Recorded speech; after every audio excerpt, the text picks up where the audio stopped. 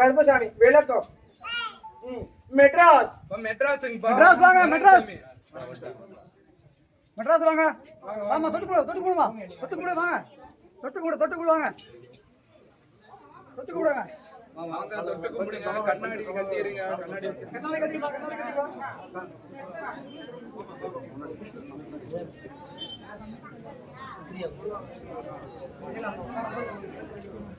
எல்லாம் இத்தனை பேரும் மெட்ராஸா? ஐயா எல்லாம் ஒரு வாரமா நின்னுங்க.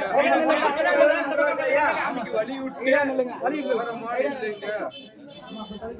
சரி விளக்கத்தை சொல்லியா? கொஞ்சம் தள்ளி நில்லுங்க.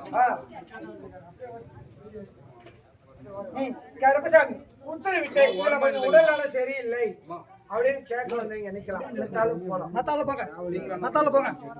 கருப்பசாமி நீங்க எல்லாம் சுத்தி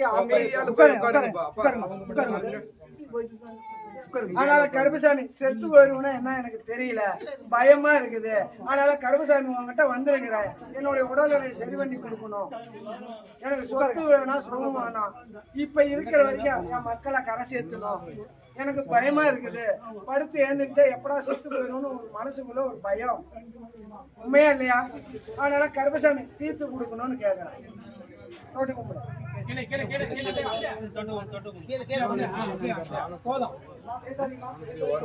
கருப்பசாமி உத்தரவிட்டு நிவர்த்தனை பண்ணிடுறியா? உன்னுடைய உடல்நிலையை நான் படிவடியா சரி பண்ணிடுறேன். புரியுதா? கருப்பசாமி உத்தரவிட்டு மனக்கவலையெல்லாம் நீ கோட்டை கட்டிட்டு இருக்கிற. மனக்கவலை உனக்கு படுத்தினாவே கவலை. தூங்க மாட்டேங்கிறிய. எப்படி பொழைக்கிறது, எப்படி மக்களை கரை சேர்த்துறதுன்னு நீ பயந்துகிட்டே இருக்கிற. அதனால கருப்பசாமி உத்தரவிட்டு 5 மாசத்துல நான் சரி பண்ணிடுறேன். உன் குறைய தீர்த்துறேன். கருப்பசாமி உத்தரவிட்டு உன் கட்டுமனைக்கு உனக்கு முன்ன நான் போய் நிக்கிறேன்.